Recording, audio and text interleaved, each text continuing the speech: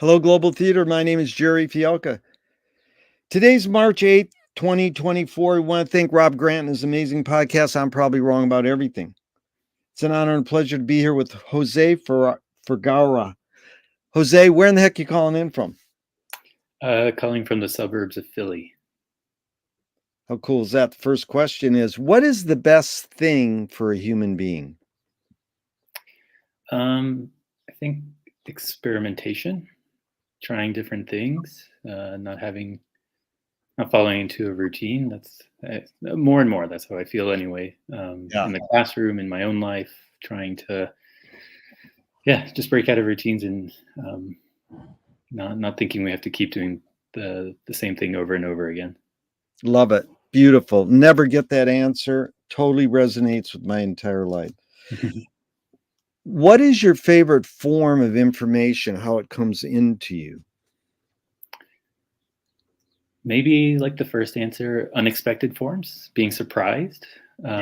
Because so it's maybe less the actual form, like news media on the internet or reading or video or something, but being presented with information in a novel way. That's unexpected and makes me think about something in a different way.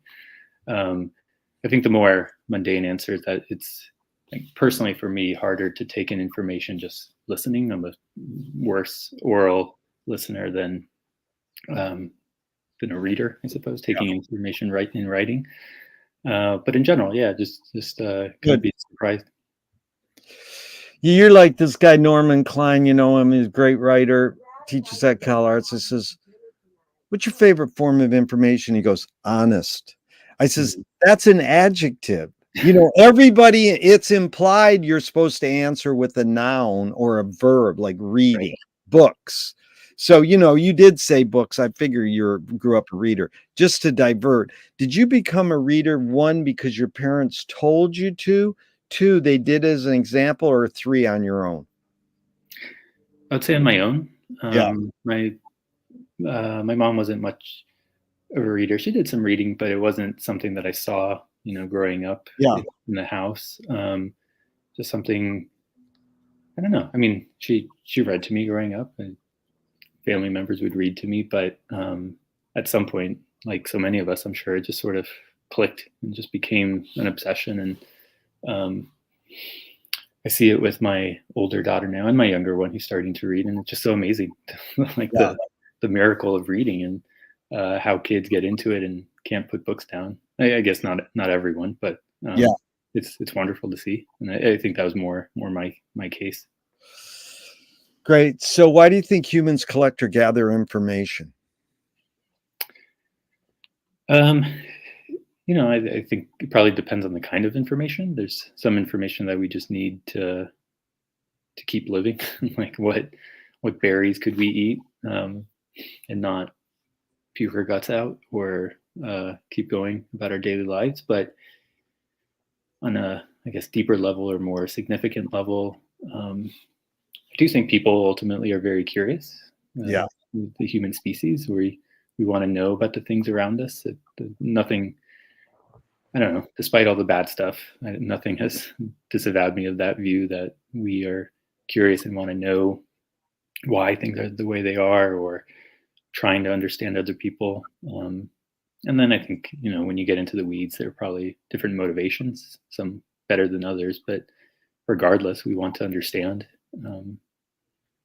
why we're here and what other people are doing to us or with us or around us. Yeah. And other things too, not just humans.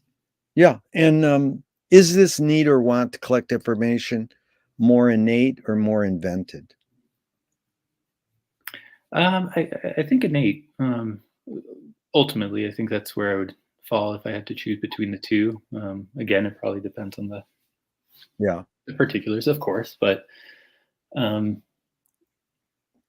think, we, again, going back to my own kids, or just seeing children, it's there, right? And it's, I imagine in all cultures, most cultures, little kids want to gather information and get transfixed by shiny things or less shiny things or whatever it might be, and dive in. So I see it as it's just part of being human, and that's wonderful. Do thoughts create emotions? Um, Sometimes I think, Yeah. but probably goes both ways again. I think often, I don't know, for instance, a scary movie or a piece of literature or something will make me feel, I'll speak about myself, right? Make me feel a particular way. It's an emotional response. And then it's the thinky part of me that wants to make sense of it and sort of rationalize and think about why.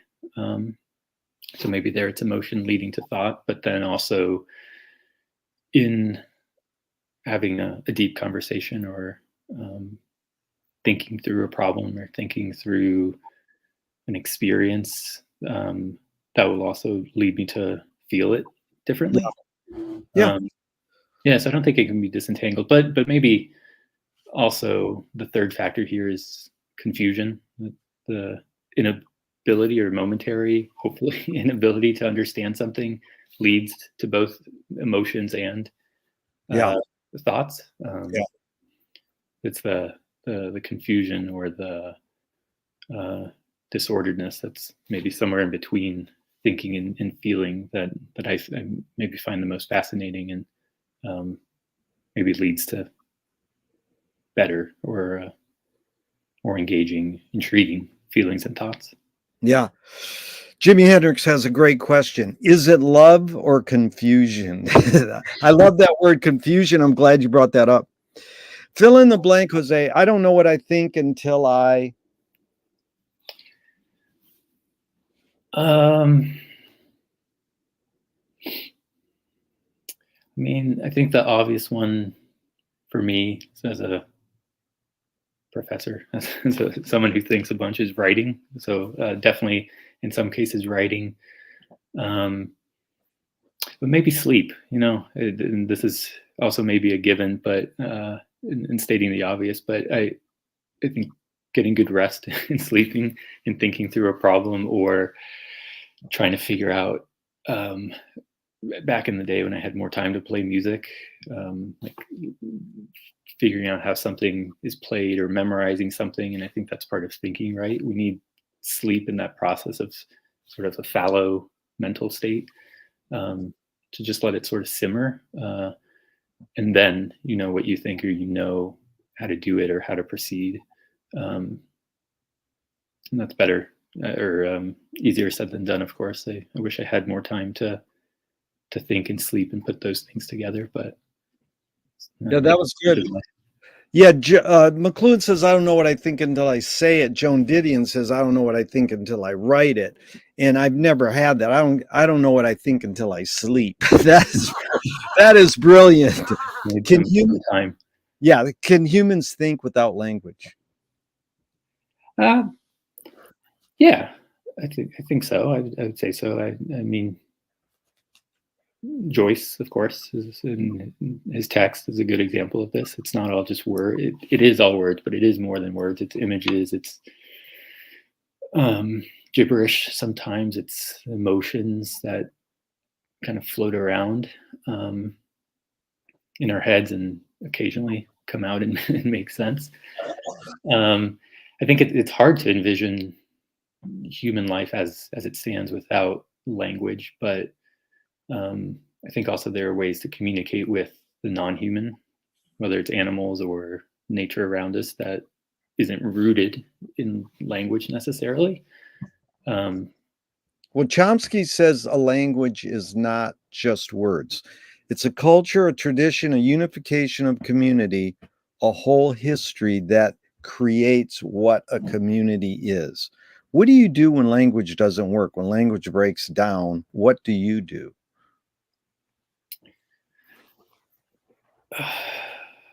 Try, feel better. Um, um, Yeah, but try is a verb. It's not, well, try language. Yeah, like what's the next word after fail better? yeah. Try what? Like what is the action you would fill in there?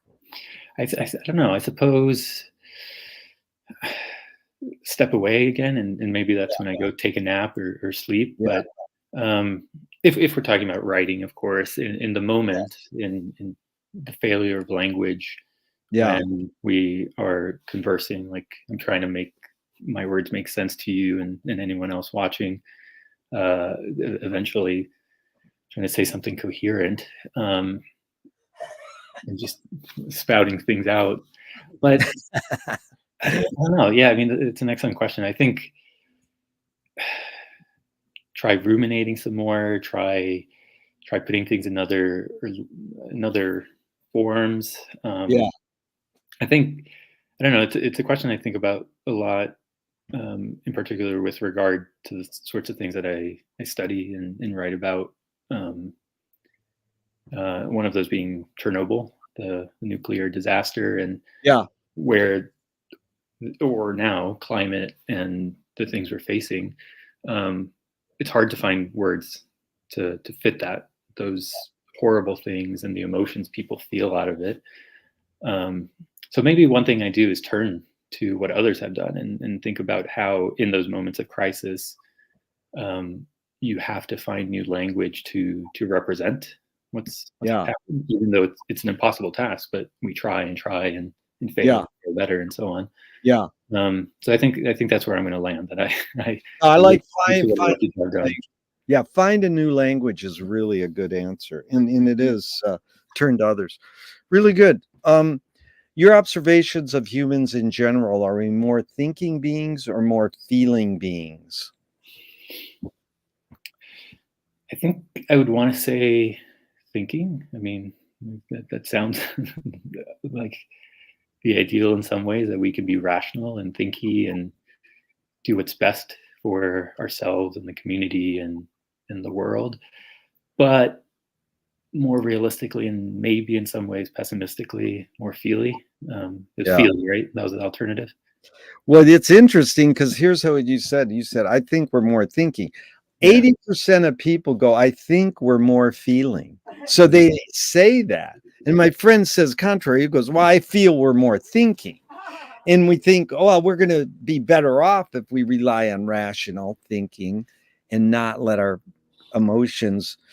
But it's a stupid question. I mean, it's basically you can't separate feeling from Yeah. thought, but we think we can because we invented the words.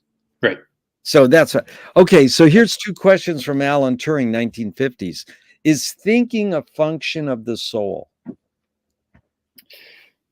Wow. He had some good thoughts, didn't he?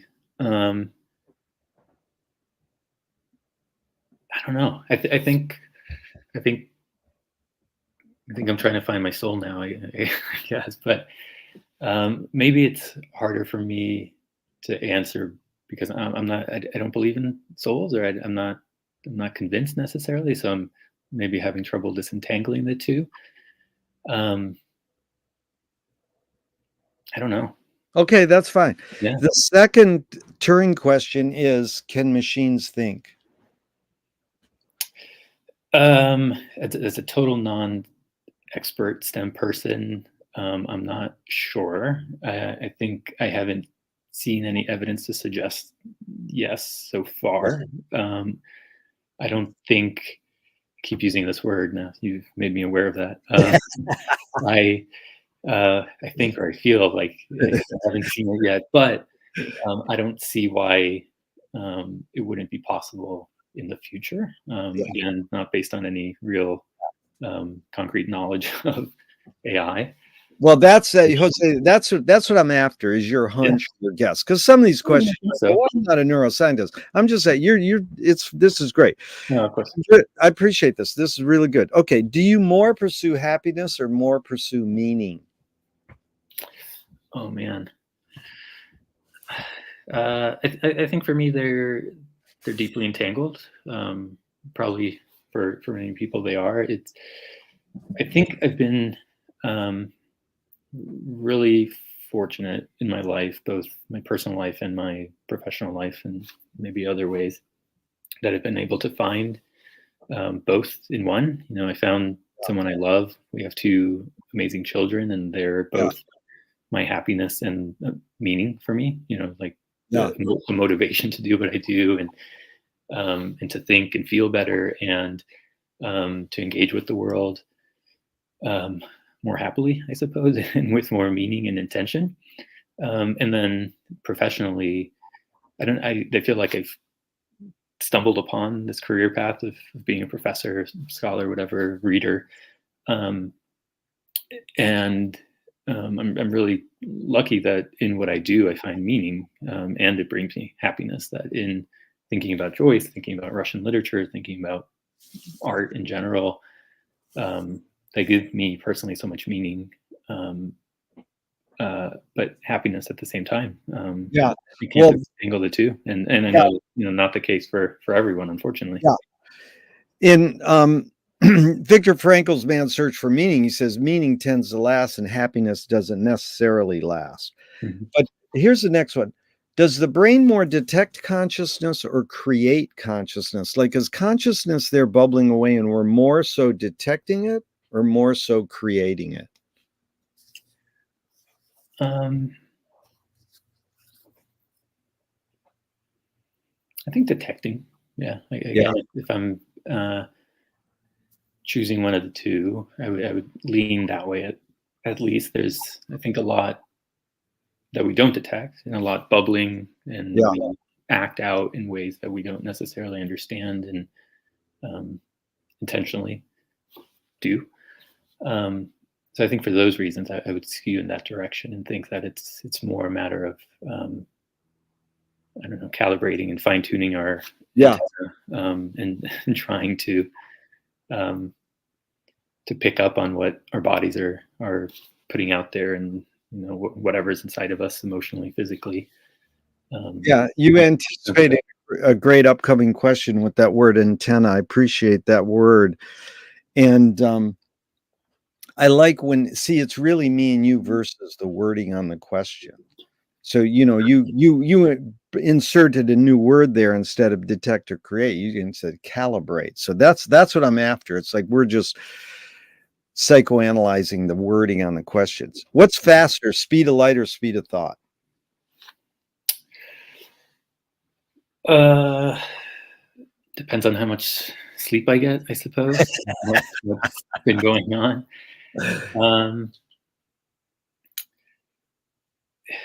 Depends on the day. I suppose some people are really sharp and quick witted and quick of thought. And I feel like that sometimes, some days, sometimes, but other days, it feels like the world is moving at a much faster speed. The light Yeah. around us. Um, Well, yeah. that's good. A lot will come back around. This is Audre Lorde, the poet. You can't Mm. dismantle the master's house using the master's tools. Yvonne Rainer responded to her and said, you can if you expose the tools. What new tool do you suggest? Does it dismantle the master's house? Great question. It's just because I open questions up with cute quotes doesn't mean you have to apply it. It's basically what tool do you gravitate towards? If you want to apply the word new, that's fine. If you want to apply it to dismantling the master's house, that's fine. So Sure. it's whatever context you want to put it in. Yeah. Is it what work is that from? I'm just curious. I wish I knew, and that is no one ever asked me because it's so much repeated. Yeah, yeah. Okay. Audre Lorde, you can't dismantle the master's house using the master's tools. It's just, a line I grabbed and I should really look it up and know that. No, I'm just curious. Yeah, yeah.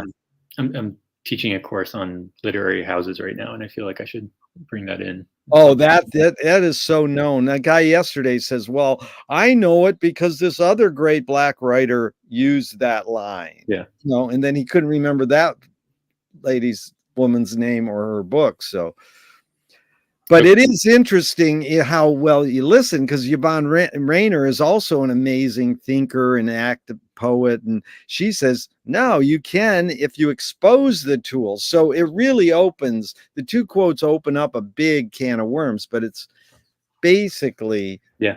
this idea of what's the tool you gravitate towards, Mm-hmm. And Um,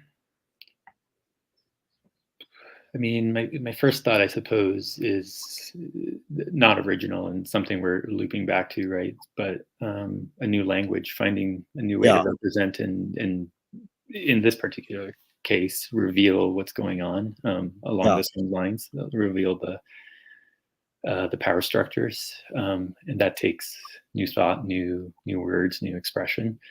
Of course, that's not always easy to do. And I don't know. I mean, the quote resonates in different ways, but also because I not currently, but I teach, not this semester. I teach in prisons, so it's really, I don't know, active on my mind. This question of whether you can operate within a system that you, in this case, I mean, I'm comfortable saying I strongly disagree with the carceral system and prisons, but the rub, the hitch, right, is that I also don't want to abandon the people that are within it, Yeah. and the lines of contact and courses and making these collaborations possible. So within that context, I think, it, and maybe it's idealism, but inserting yourself into the master's house on its own is a kind of radical.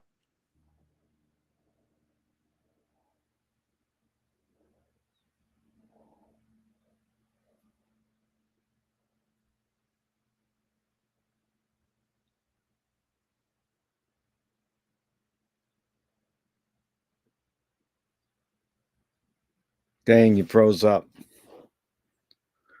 Well, you might have to boot out and come back in.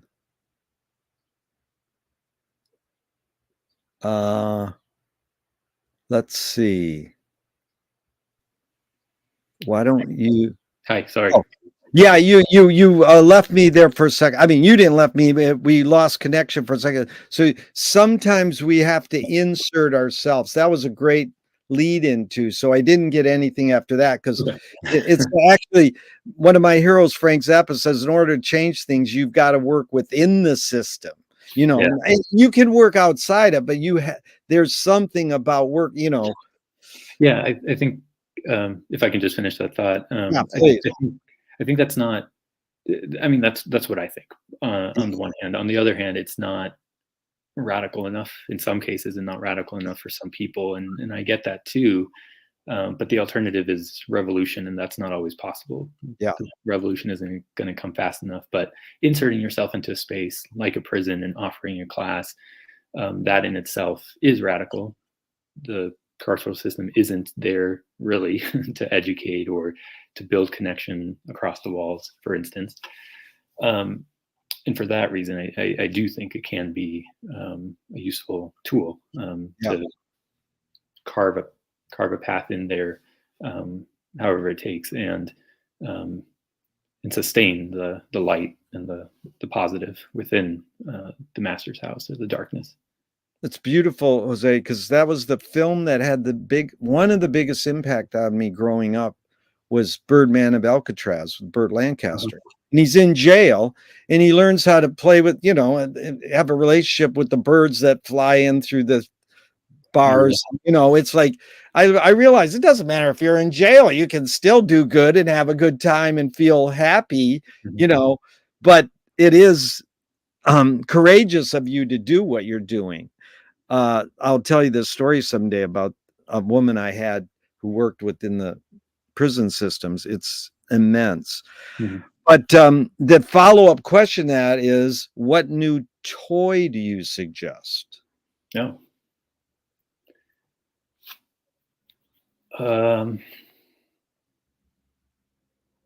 Wish I were a better inventor.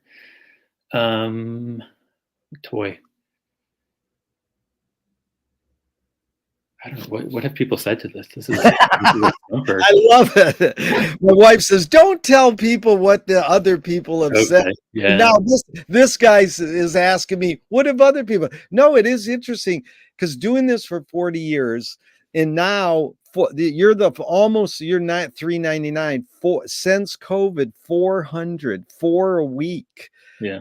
these last few years has been immense because often go, well, like, you know, what do you do when language breaks down? A guy goes, group hug. And I love to repeat that Yeah. because it's funny.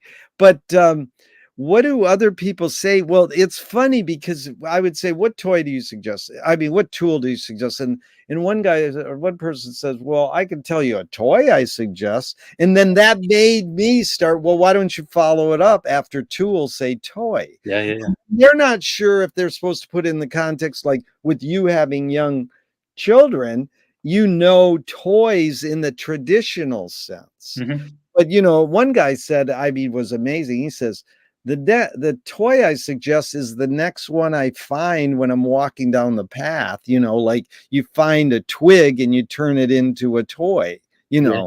Yeah. So it's like a toy just implies play, Hmm. and I think you stress that word play in one of your talks, in fact, how important it is. And being talking about music there, you don't work music, you play music. So it feels as though a toy is different than a tool.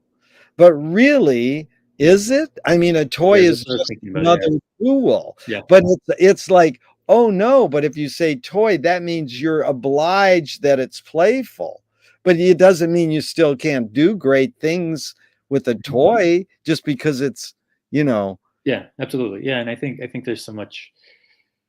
Um, Again, coming back to academia and university life, I think there's to me, it's a misconception that learning, which is in some ways practical or yeah, a tool of some sort, yeah. tool of knowledge, is mutually exclusive with or separate from play and fun. And I don't think that's the case. And I think that's part of what I'm trying to wrestle with. What's the difference between tools um, Yeah. and toys? And I'm with you. I don't think there has to be at least a difference, and often there's not. Um, so I still don't have an answer for you, but That's all right. Everything comes back around. yeah. What do you worry about when you go to bed at night? By that point, I'm so tired. This is the literal answer. So tired, and I'm a quick sleeper and a good sleeper, so it's a time That's to not worry about. But um, I mean, I imagine lots of answers you get is like the state of the world, right? How can we not worry about this? The future, it's overwhelming sometimes. Um, yeah, I mean, I'm surprised I'm not worrying whether it'll still be here when I wake up. It's not in November. That might be the case, but for now, um, just But want Jose, it is to. interesting because we're like, oh, the state of the world, blah, blah, blah, And I love it when people are honest. They go, what do you worry about when you go to bed at night? And they go, money. And it sounds, oh, that's stupid. It's like, no, Yeah, there's yeah. so many concerns, you know. So this is the one you anticipated. McLuhan learned from the poet Ezra Pound that artists are the antenna of the race. They're broadcasting and detecting the hidden psychic effects of our inventions, so we might be able to cope with what we don't like about our inventions. So, Jose, I asked you the question Marshall probed his whole career. Why do we ignore the hidden psychic effects of our inventions, even though the artists are broadcasting them to us? Because it's hard. It's hard to be honest. It's hard to be honest with ourselves, uh, with our children, right? Yeah, I mean, we want to convey a picture um, of a bright future, and when the artist conveys, projects, reflects, captures with the antenna the reality that there is darkness, and there's along with hope and yeah, the good stuff too. There's heavy stuff. yeah. Um, I think that's hard to admit. We are curious beings again, and we want to succeed. We want money. We want to Yeah. have a good life, whatever that means. Um, um, No, that's good. Do artists have moral obligation? think as humans, they do. Yeah. I think we all have moral obligations.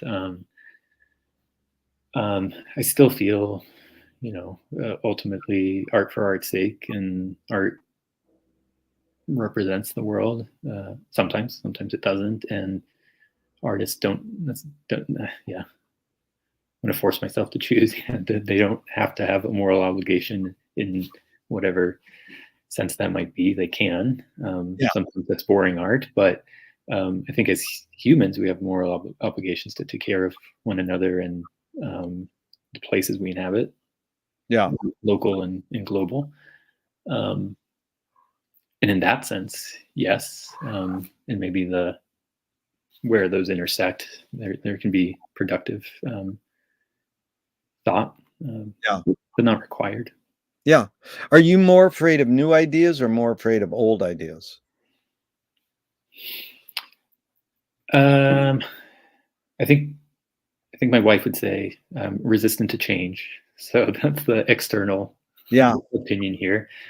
I would say myself that I'm more afraid of old ideas in the sense again that I want, and maybe afraid's not the right word here, but I want experimentation and want to try new things, like I was saying before. Um, so it's not necessarily a fear, but um, maybe a concern of Yeah. entrenched ideas limiting me or myself or us in general. But that's nothing new. We see this all the Yeah. time. It's all comes around, as you've been saying.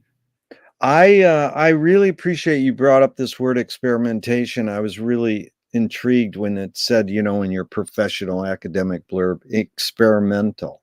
Like Mhm. that, because that's been my main pursuit is experimental film, but it's just the idea. So I really want to get to the root of that. But here's the next question. Can you conjure up your earliest memory ever or one of them?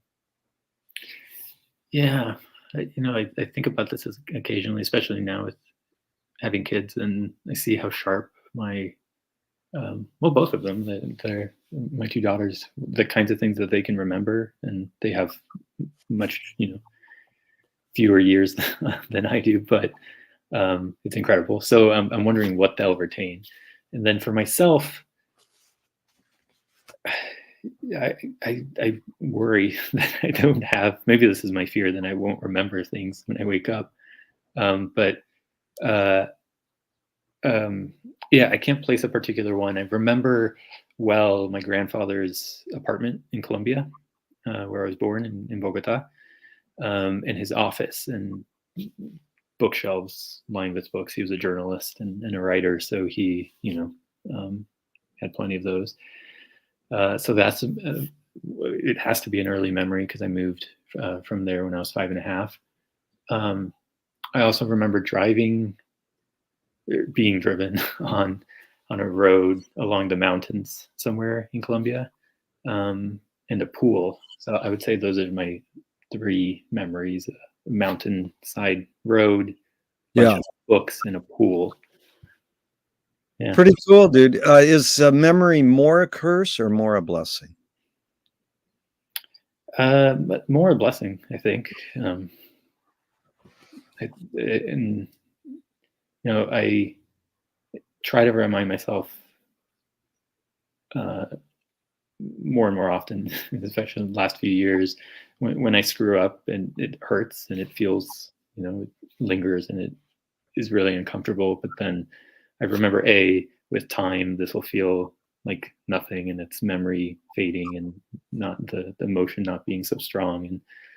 And I guess time is on the side of memory, and for that reason, it's more of a blessing.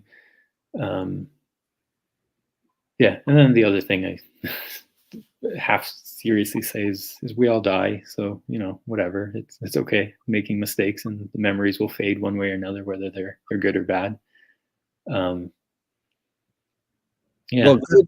yeah, and last thing, I guess it's a blessing in the sense, hopefully, that other people remember us, right? That's Well, it's a good moment to interject this because Hollis Frampton says narrative is born among the animal necessities of the spirit because we're waiting to die.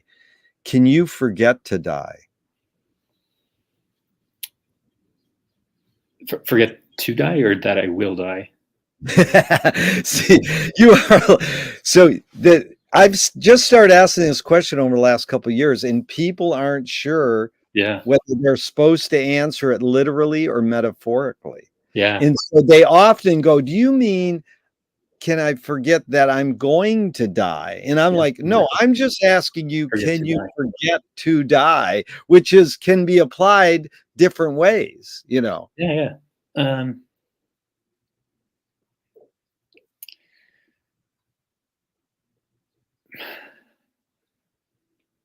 Maybe, maybe. I think we can fall into uh, infamy or fame and not die metaphorically in that Yeah. sense. And in that sense, it's not exactly forgetting, but maybe forgetting that it's a possibility that you can enter human Yeah. memory in that way. So I could see that.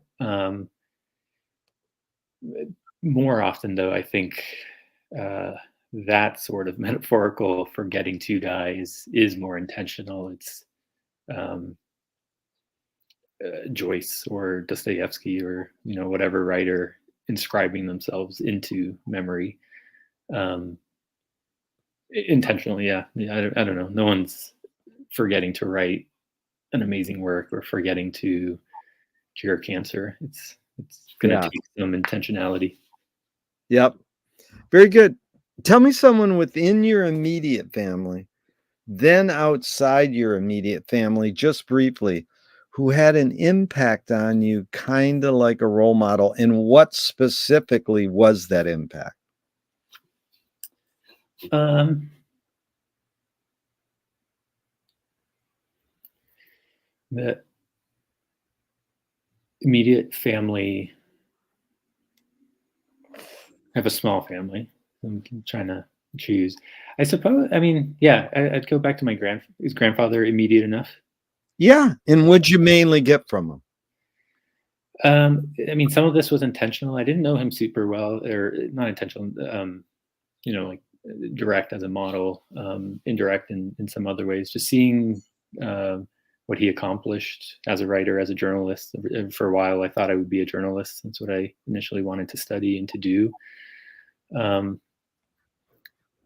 But more generally, the kind of life as life in words and in books, and Yeah. kind of invested in.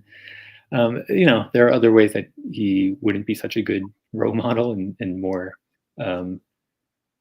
less professional or cultural ways, but that's something I got out of him as a figure. Good. Now, outside your immediate family, same question. Um,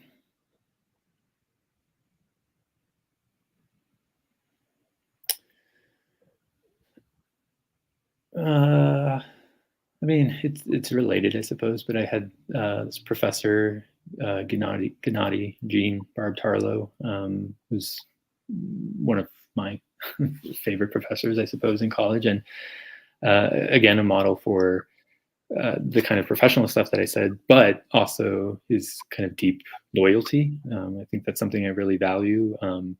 Loyal in his family and kind of support for students. For me, advocacy. I think that was just as important to me as what he, Yeah.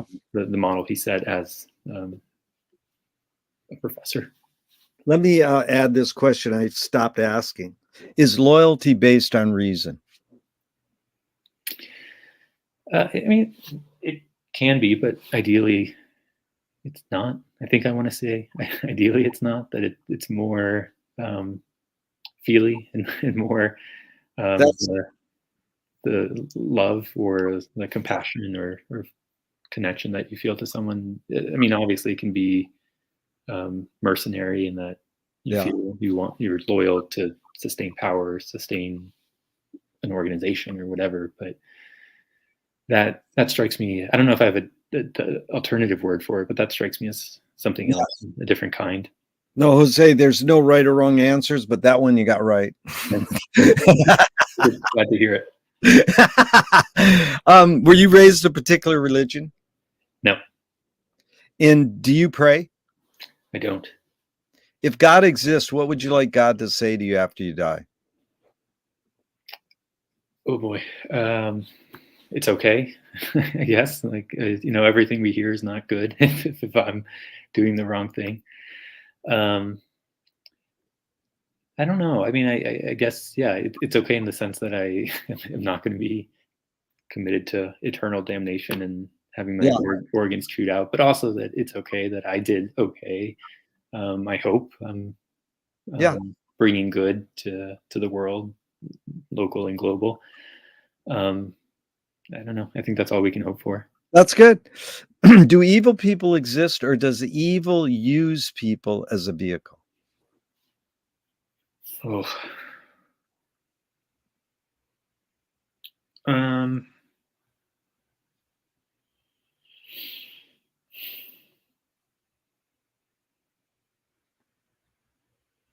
I think,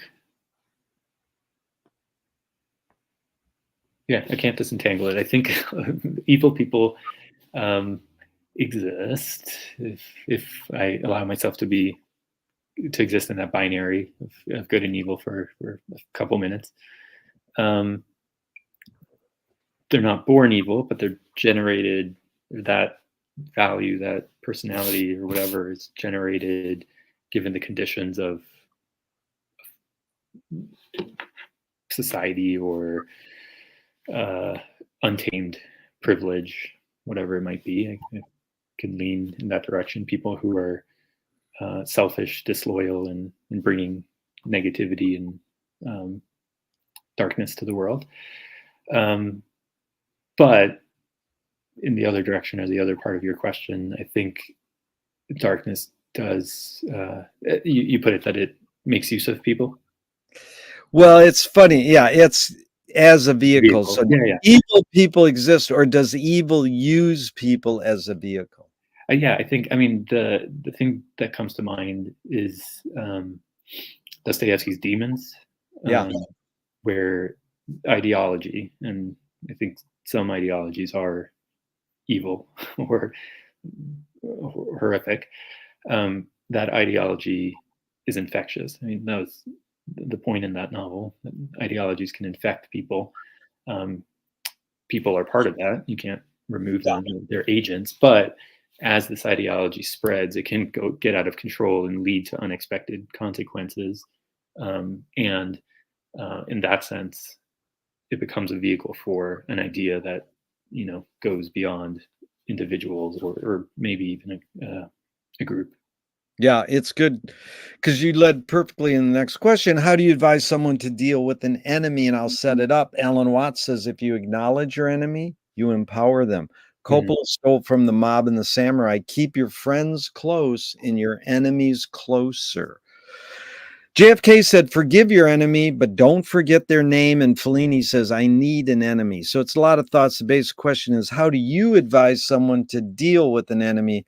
But first, how would you respond to Alan Watts? If you acknowledge your enemy, you empower him.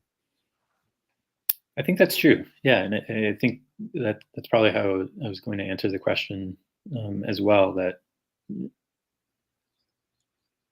granting someone or something, an enemy, um,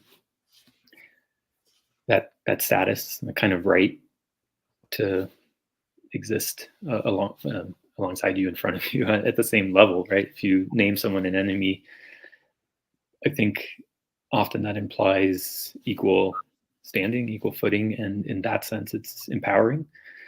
Um,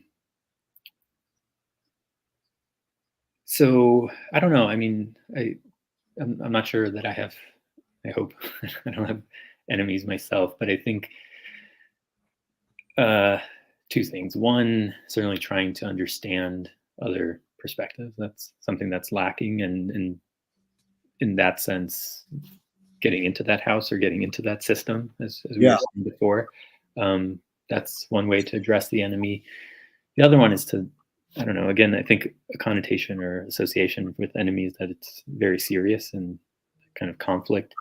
So I would say not take them seriously as well. Yes. Laugh in the Yeah. face of tyrants. Not necessarily that all Good. enemies are tyrants, but yeah, I don't know, have a good laugh. Says Nassim Taleb said games were created to give non-heroes the illusion of winning. In real life, we don't know who wins or loses, but we can tell who a hero is. My friend said villains don't think they're bad, they want control. Heroes want freedom. Gregory Bateson says if the criminal gets caught, does he go, whoa, my criminal skills weren't up to snuff that day? Or does he go, oh, I did something morally and socially wrong? So again, it's a lot of prompts. The basic question is, does punishment work? No, I don't think so. I'm again anti-prisons, abolitionist in that sense. Ultimately, thinking too. I mean, about my kids. We try not to use punishments. That's not the goal. I don't see it working. It just creates this false association between something that shouldn't be done or that a parent or a society doesn't want done and a consequence that isn't necessarily related. So yeah, I mean, I would advocate for restorative justice. Again, understanding the consequences of one's action, not and paying restoring justice in that sense, I paying like that. retribution and not retribution, paying restoration. Yeah, and, Restoration, yeah, because yeah. often I get that word rehabilitation, but I like restorative justice, restoration. I got to ask you a quick question I've been asking. If Trump gets busted, thrown in jail, can't run for president, writes a book and says, I'm sorry I did wrong, would you forgive him? Uh, uh, I don't know. I mean, yeah, it's hard for me to say because I mean, I've been affected by him as we all have, but others have been more affected by what he's done. Certainly, Yeah, like on the border, different policies, travel bans, you name it. yeah. There are other people I want to recognize who have faced greater harm because of him. Um, so part of me feels like my forgiveness it pales in comparison, and I'm not sure what it would really mean. Um, the the part of me who is anti-punishment and pro-restorative justice, um, I guess, would also still want more in a sense that saying I'm sorry isn't the same. Saying more than you're sorry, yeah. Yeah, doing more, right? Yeah, because most people go, I Restoring. wouldn't believe him. Yeah, You that know, too. but it's what you're saying, the forgiveness word is funny because Mark Twain said forgiveness is the smell the flower gives off when the foot steps on it. And some people are a little like hesitant to forgive. Hmm. They want, what's that word they use? Accountability. Yeah, yeah, So, anyways, that's that. Let's move on. That was just a little side thing sure. because now into Joyce a little. Joyce was the first projectionist in Dublin 100 years ago. He basically checked out. He said, "This is stupid. Why should I go inside a building and see a movie of a tree when I can go outside and see a real tree?" Years later, Faulkner said, "Sometimes the best fiction is more true than journalism." Why do we have to recreate things in order to get them? Why do we have to go to a theatrical play of people acting out life? Why don't we just live life? Uh, well, we do both, of course, but the spice of variety, the spice of life, we want both of them. Um, yeah, I mean, I think obviously it depends on the work, but I think it's the concentration. It's a few things: the concentration and distillation of what the work of art can do, or what it becomes when it's distilled in that sense, that shocks us, right, and that makes us see things anew. That's one, and leads me to point two that we need art for defamiliarization, estrangement, right? To see things anew. This is Viktor Shklovsky, Russian formalism stuff, but in my heart, that's what I am. Um, that we live life and we go about it day by day, but good art or art worth its metal is um, uh, lets us see that life anew, right? And that's why we keep coming back to whatever it is, Tarkovsky or Scorsese films, Ozu, whatever. Um, we can appreciate and see life in a different way thanks to it. Without it, we just see the rock and we see the horse and we see the husband, and they're the same thing over and over. You dropped some great names there. Ozu, Tarkovsky, Marty. Okay, so Mike Kelly said art is making your problems everybody else's problem. Any comment? I can see it, but I suppose it's an infinity symbol. It's all entwined again. If it's everybody's problems, then it's their problems already. So it's my problem. It's their problem. It's a reflection, but also a projection all at the same time. I think it goes more broadly. I've recognized at some point that my scholarship is also a projection of my problems, or like a working through of my thoughts Yeah. and things that I'm wondering about. So it's not even art, right? Maybe it's all writing or all existence, all thought that we put out into the world. It's a way of making sense, and that way, bequeathing it is a nice way of putting it. Or how do you spell that? How do you spell that? B-E what? Bequeath, BEQUEATH. Yeah, bequeathing it. Yeah, because that's like McLuhan's favorite line is the Balinese have no word for art. They do everything as well as they can. Mm. So, I mean, come on, Jose, what you do is art, but it's not called art. It's called academic, book writing. Right. So that's good. But here's the other art one I want to insert really quick, because this is the poet Fanny Howe. The point of art is to show people that life is worth living by showing that it isn't. I can never figure that one out, but I'm curious your thoughts. I think maybe I can relate to it as a scholar of Russian literature, and that so much of it is showing bad life and dark life. You mean the Russians show bad life to show you that that is worth living? It could always get worse. Yeah. Oh, it could always get worse. Real life. Yeah. Is it Jungian? It's like you got to be in touch with your shadow self? Well, I mean, again, I don't think it has to be, and certainly not all art is like that. Much of it, or a good bit, probably is. But I don't. I mean, I guess what I'm saying is I can see that, but I wouldn't say that that's the point of art for me. Should there be a point of art? Yeah, I think. Yeah, you mean it doesn't have to have a point. Yeah. I mean that certainly, in that. That's good. I'm not sold by this particular point either. Yeah, that's really good. So let's go to your tipping points, because I mean, basically, you're a professor. correct. That's your calling. You're a professor, but you write books. You only write nonfiction, or have you written fiction too? The only fiction, I'll give you the quick, long version. Yeah, not super interesting either.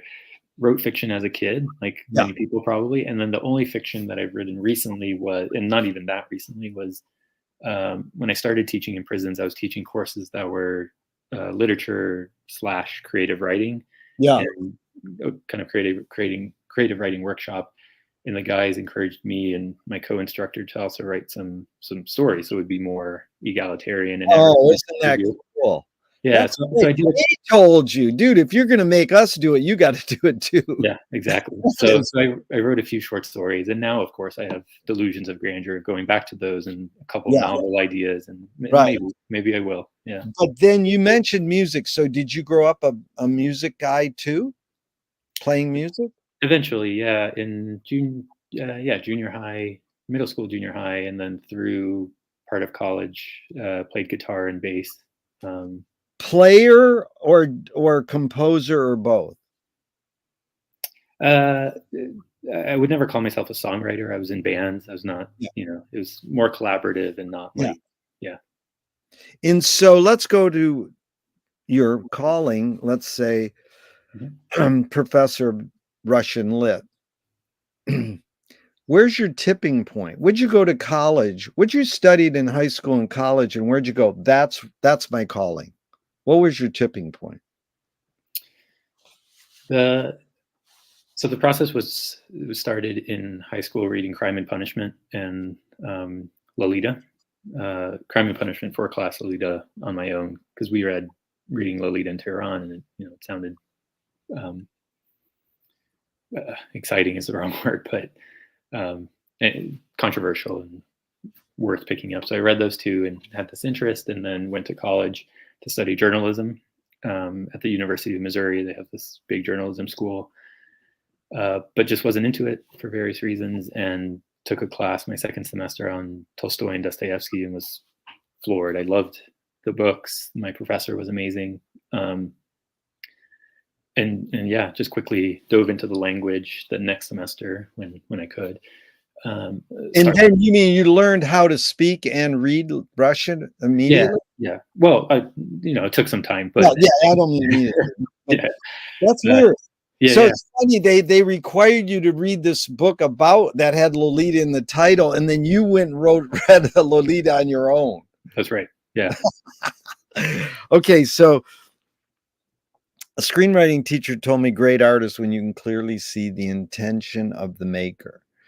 Kubrick says the opposite. Great artists when you can clearly not see the intention of the maker. What role does intention play in your creative process of being a professor? You got to be creative there, dude. I know it's like there is creativeness, and being a prison teacher. What's your intention? What role does intention play in that? I think a big part. I think the kind of debate in the questions or the quotations you mentioned maybe doesn't apply exactly, because I think as an instructor, as someone who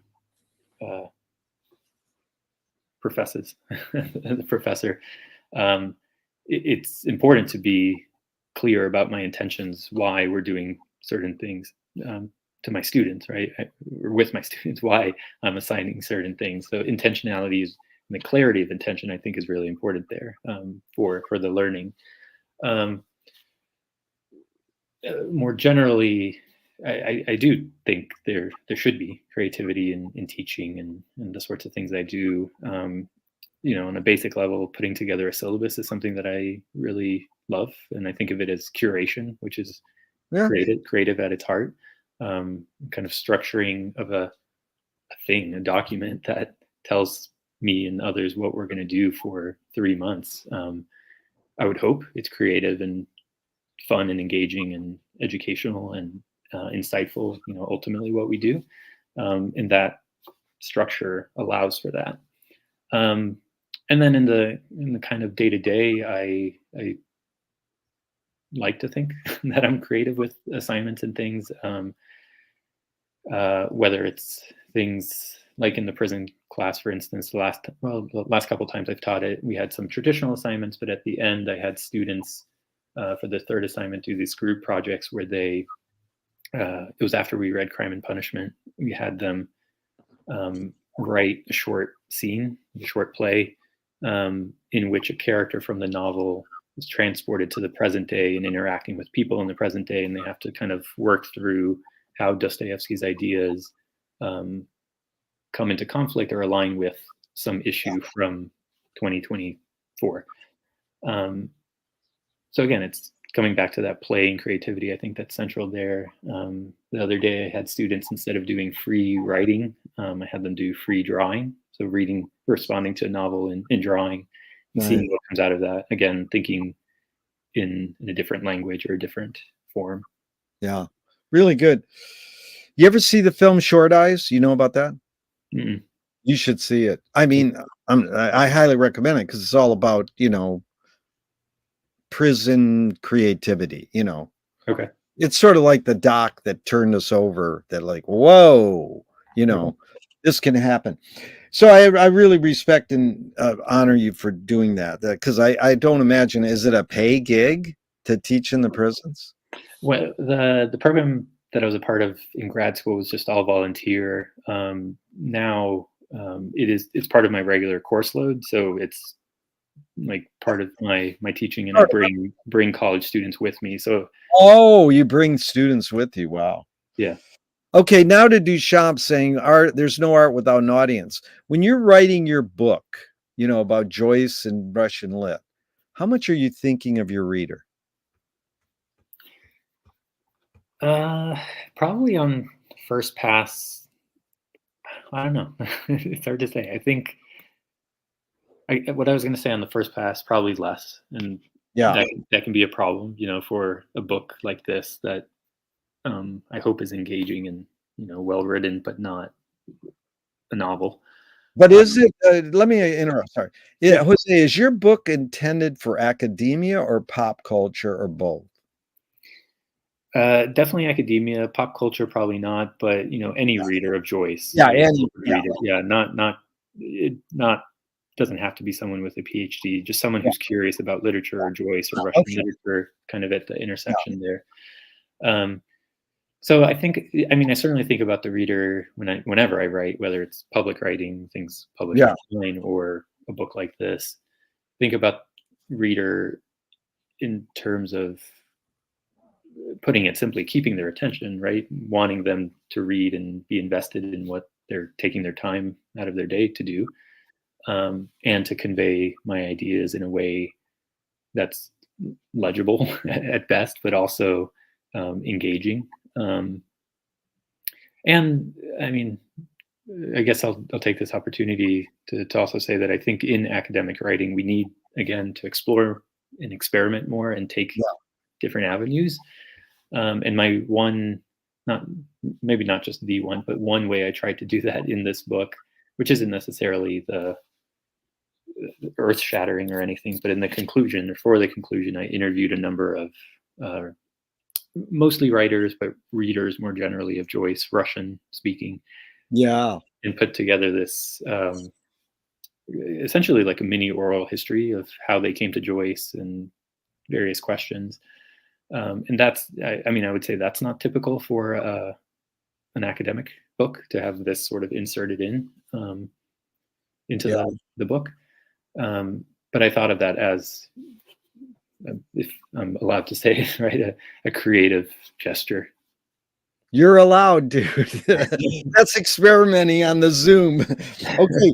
Another thing I'd say is check out McLuhan. He wrote a book called The City is Classroom because he was in academia, but he was the greatest experimenter of all time to Okay. pull, that's why he's called a charlatan, and all the Joyceans think he's a they don't credit him.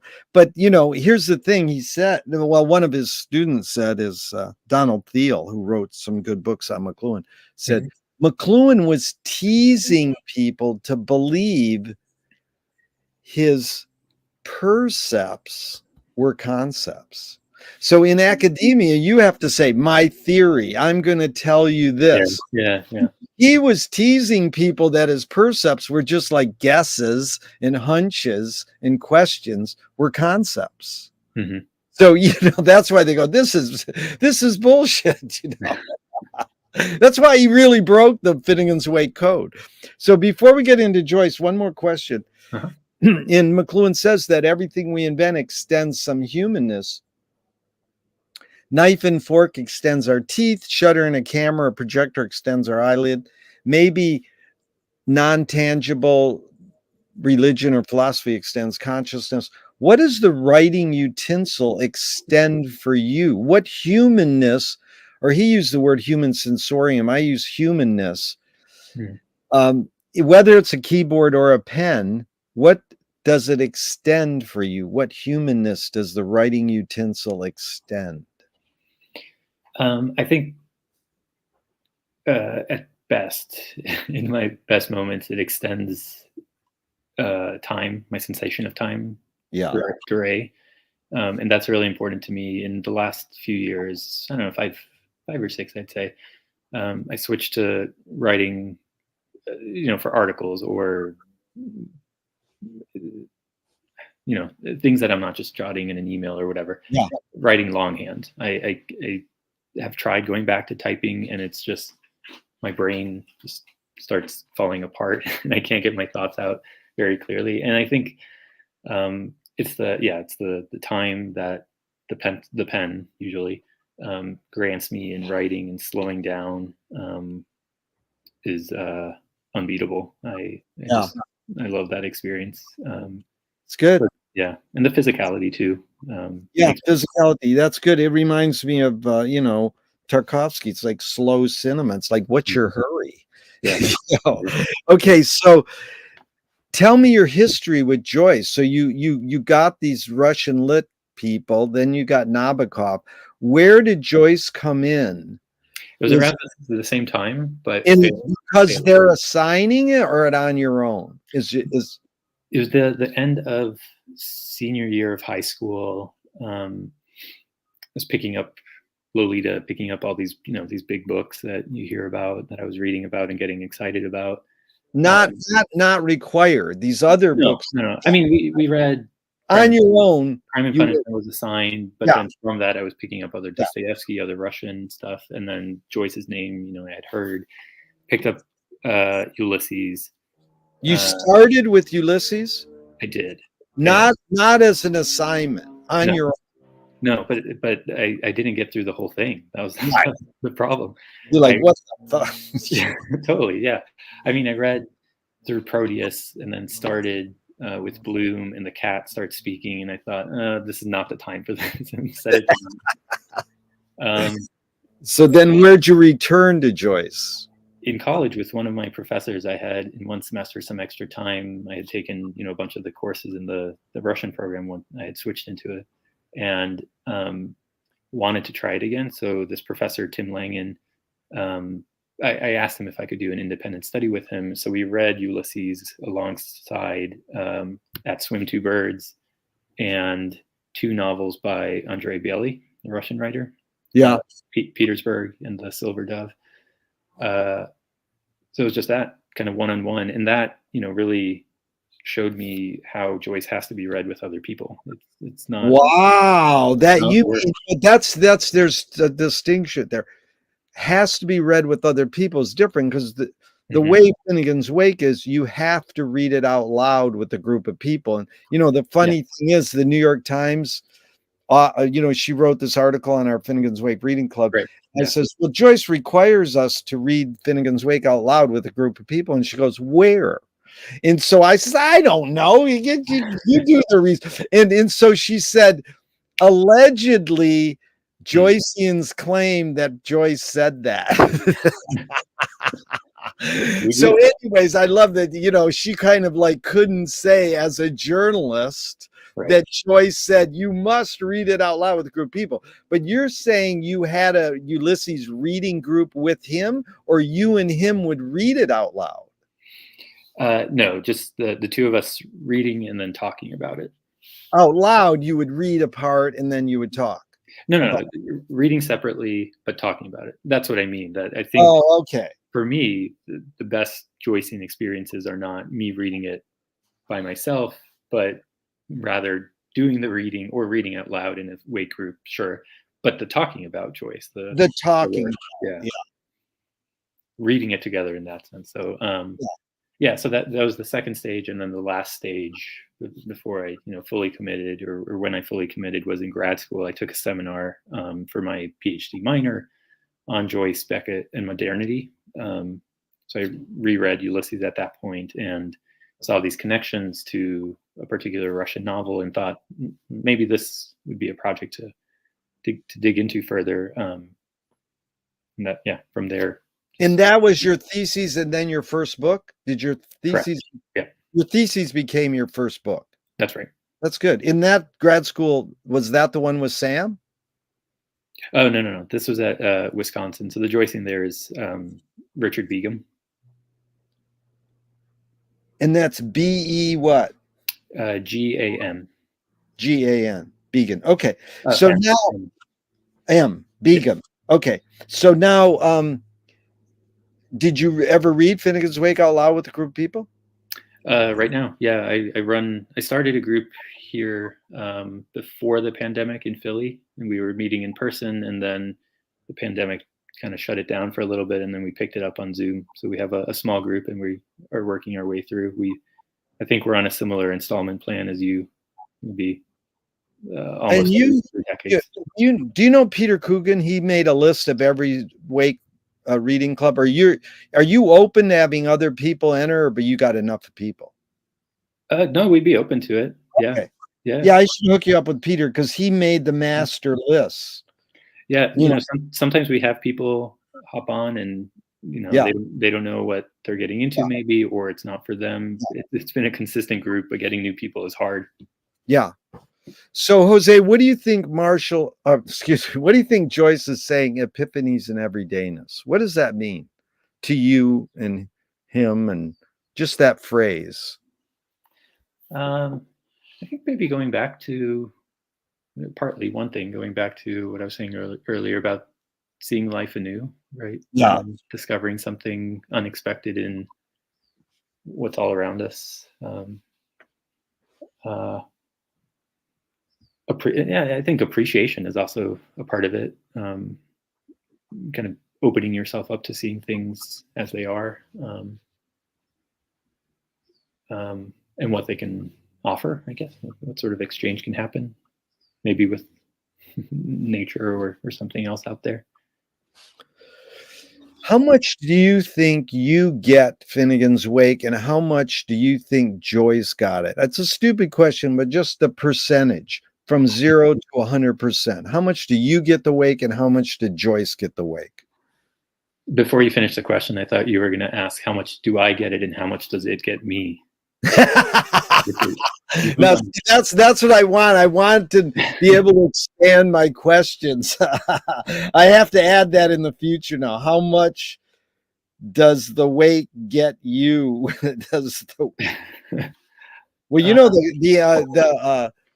this guy Ronan McDonald, you would love him. He's born in Dublin. He teaches Irish studies in Australia. And he told me that great Ellman line. He says, we're all learning to be Joyce's contemporaries. Oh, right. Yeah. Yeah.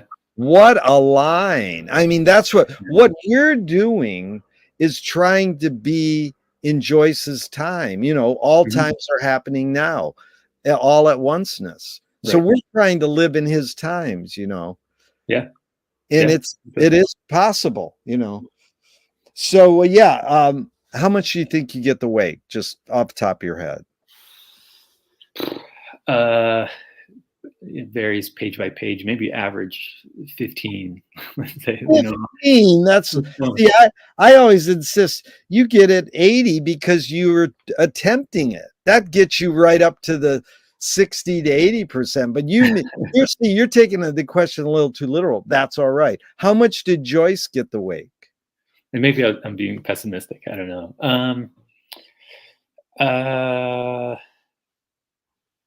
I think he got it. I think, you know, he knew what he was doing. He was being a trickster. He knew exactly what this would do and be, and gets it in that sense. You know, a genius makes no mistakes, etc. But who said a genius makes no mistakes? It's that line in Ulysses that the mistakes are the portals of discovery. I'll look up the exact. Right. No, I know that line, but it also says a genius makes no mistakes. I'm paraphrasing. I'm blanking on the exact. Okay. Because that's amazing, because Frank Zappa says a genius is someone who steals and you can't tell who they stole it from. That's good too. Yeah. But that's like, well, we know that Bruno, Vico, and Dante Joyce got everything he knows from them, and maybe a little Lawrence Stern. You know, whoever, we know who Joyce got it from. Mm-hmm. But it's sort of like, did he create something new? So, so then this line in Portrait, I will try to express myself in some mode of life or art as freely as I can and as wholly as I can, using for my defense the only arms I allow myself to use: silence, exile, and cunning. That's right where Marshall got it. Arms That's the extending your body. So he's calling these things the only arms I allow myself to use. Silence, exile, and cutting. What does that mean to you? What are those three things mean? I think silence, exile, cutting. Silence, I think the way it resonates with me right now, I suppose, is the right, I suppose, to keep your silence, not to be compelled to take a side. And that can get problematic on its own, but yeah, the right to use silence as a tool, use silence as kind of your autonomy. Exile meaning or resonating with me now in the sense of being able to, I suppose more literally extract yourself from a system, a condition that you disagree with, and kind of accepting the consequences. It's not easy to pull yourself out of a community, and as you know, I'm sure Joyce felt that, despite his desire to be European. Cunning. I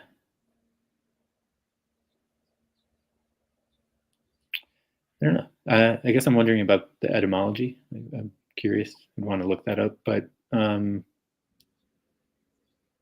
yeah, crafting tools, crafting toys. I'm circling back here, but to find these means of extricating yourself, maybe with the exile, but also to define yourself. Yeah, to define. That's good. It flips right back to silence. I like what you said, because a main line of McLuhan's is understanding is not having a point of view. So it's like you study the big picture, you have pattern recognition, and then you don't have a point of view. But like he would say, well, in your lonely teenage room, you can go, I love AI or I hate AI. But when you're talking with a few, like your students or one or more people, you try not to have a point of view so you can suss out how it's shaping our behavior, the bigger picture.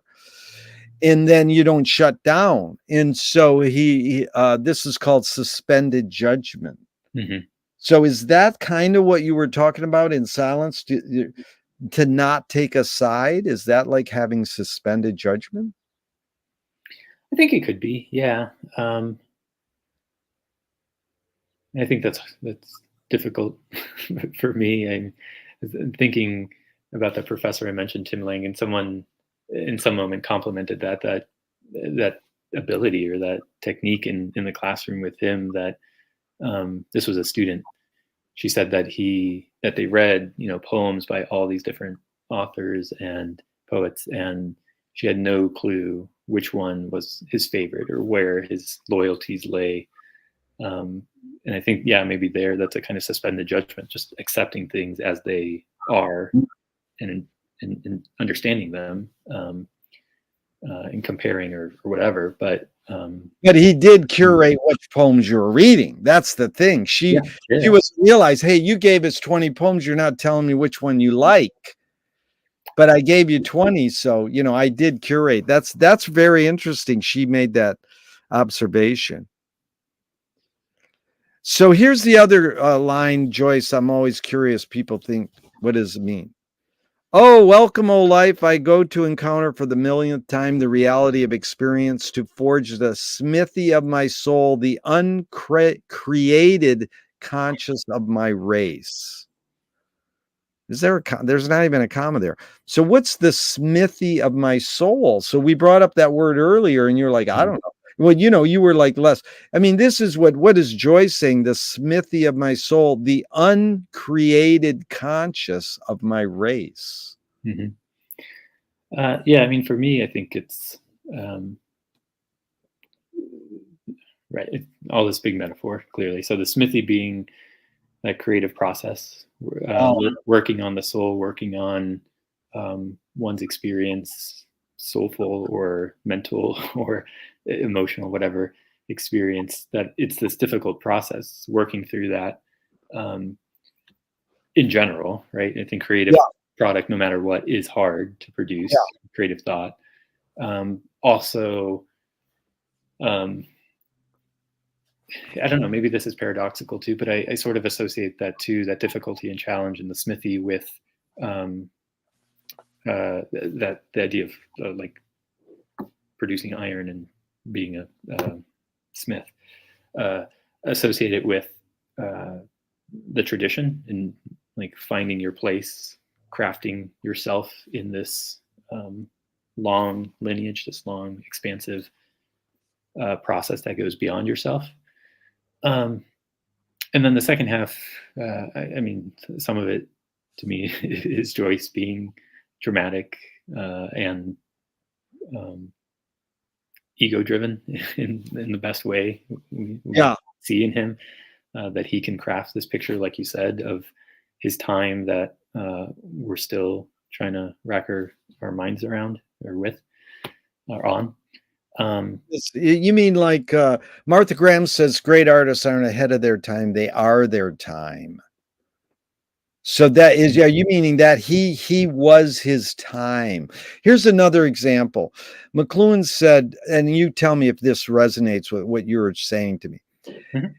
McLuhan said, you can't write the great American novel, and this was during his time from 40s to the 80s, let's say the 60s when he was becoming popular.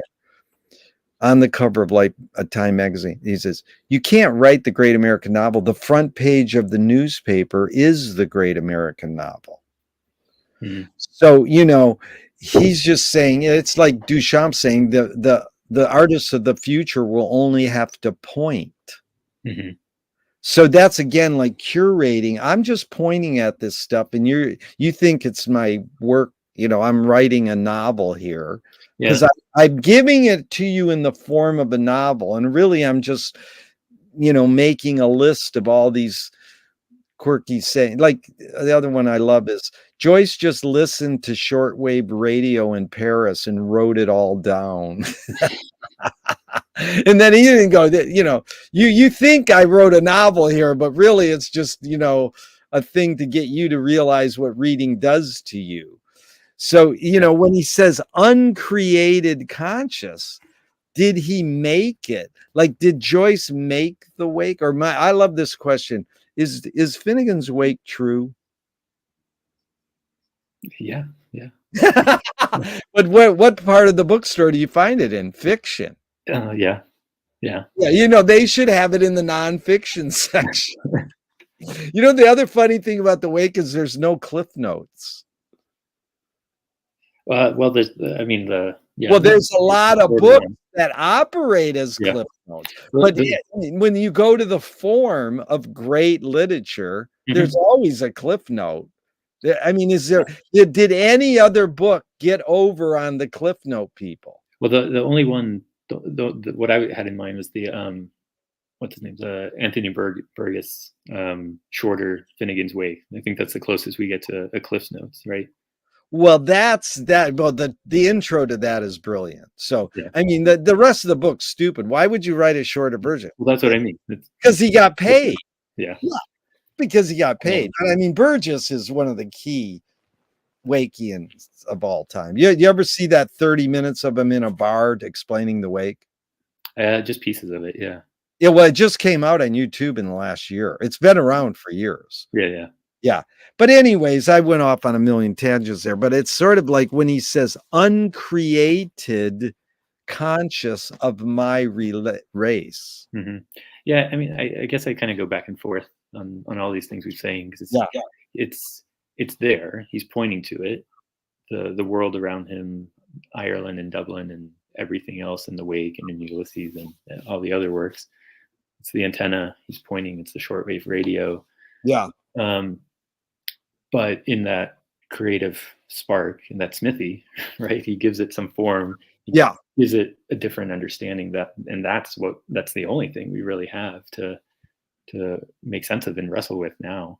And that's the uncreated. It hasn't been on the other hand, right, it hasn't been created until the artist gives it form.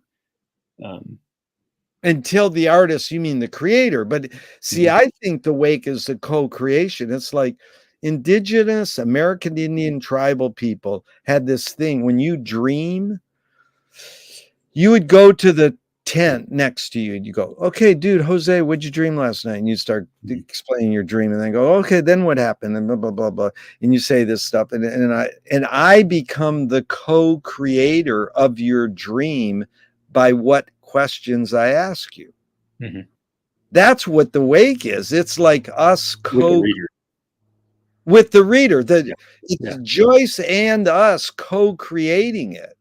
It's not someone giving us this book and saying, okay, now you read it. But is that all literature? I guess, you want to get the reader involved. I think that's what McLuhan said. In order to understand me, you have to understand all of Joyce and all the symbolists. The symbolists. Yeah, the symbolists basically said, because they got it from Poe, who invented reasoning backwards, or effects precede causes. I'm only going to give you so much information, and then you fill in the missing. That I'm going to invent the detective novel. Oh, I know what's going to happen, and then you're so involved because he leaves a lot out. So that's how you get swooped into this uncreated conscious of my race. It's not created.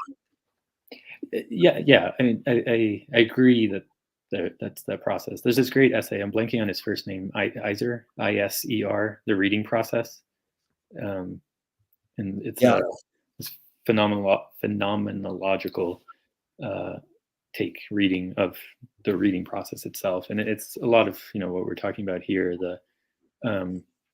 The way a text isn't completed until the reader encounters it with their imagination, to fill in the gaps, to recall what's already been in the text, and to imagine, to have the foresight about what's to come and predict. And it's that back and forth between text reader and an author is the epitome, is the artwork, it's not the text. That's mid-career, that's exactly what McLuhan got from the wake and studying new criticism. He learned that the medium is the message, or the medium and this massage is one thing. He's just saying, form is important, content is important, but I'm going to emphasize that form is important. And then he flipped his whole aphorism mid-career to the user is the content. Once the artist makes their art, it's no longer theirs, it's the user. Right. Yeah. And that's how the wake reads us. And the wake reads us. The wake reads us. What time can you go a little far longer, or you got to go? Yeah. How long can you go? About? At some point, children will probably make some noise when they get home, but we'll see. Because what I'd like to do is a part 2, because we only got through 20 questions out of 40, but we could sort of sum up in a couple. We could sort of wrap up in a couple. Either way. A couple more questions, because that was good. The wake reads us is really good in this this whole thing of uncreated conscious of my race. Because here's another question I'd like to ask you that McLuhan asked. He doesn't tell us the answer. He's not saying he has the answer. He was about inventing new questions and new metaphors. That's why I like your word experimentation so much, because I think that's generally what he was an experimenter. But he's in academia. It's like, well, you can't be an experimenter. You can do like you do. You go, I study experimental literature. Right. You don't get up and teach people in a different way. You go along and you write books and you do this. But I think that's how you leads people to being possible experimenters. You learn by doing. in studying who were the experimenters, you know.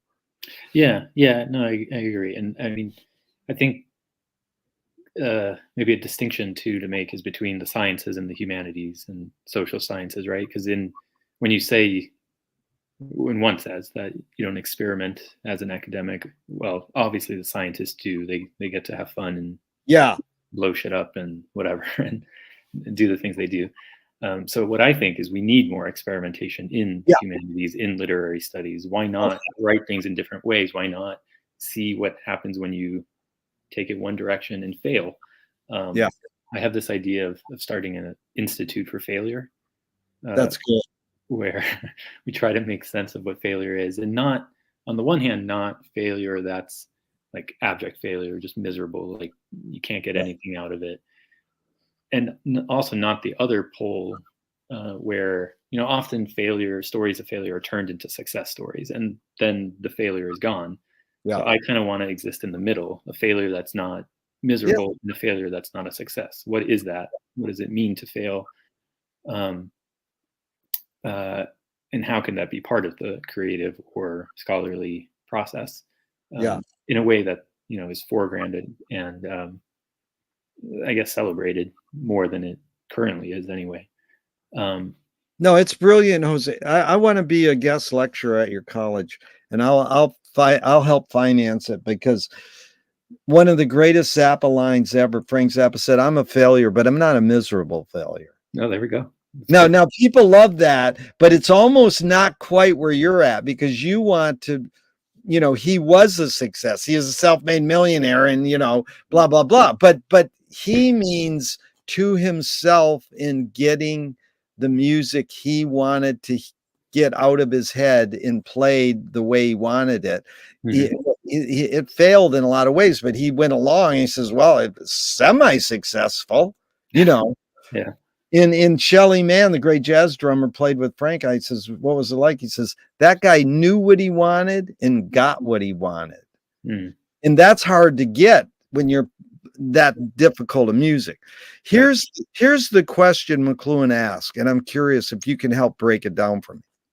How about technologies as the collective unconscious and art as the collective unconsciousness? Now, I don't know if we can split that science and humanities with technology and art, but maybe, because technologies are like the pencil, and then art is the drawing, let's Mhm. say. Right. So if he's saying technologies are the collective unconscious, and art is the collective unconsciousness. And again, he's not saying it is, he's saying, how about this? He's just throwing it out. So, what's the difference between conscious, technologies, and consciousness, art? Um, I mean, something I was thinking about earlier that came to mind is, uh, well, the internet and social media.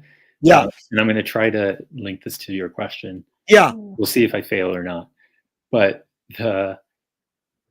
um, the shortwave radio again, right? Picking up on these different frequencies and what people are saying and representing that. And there's the tool, then the art, or the conscience and the unconscious and the unconsciousness.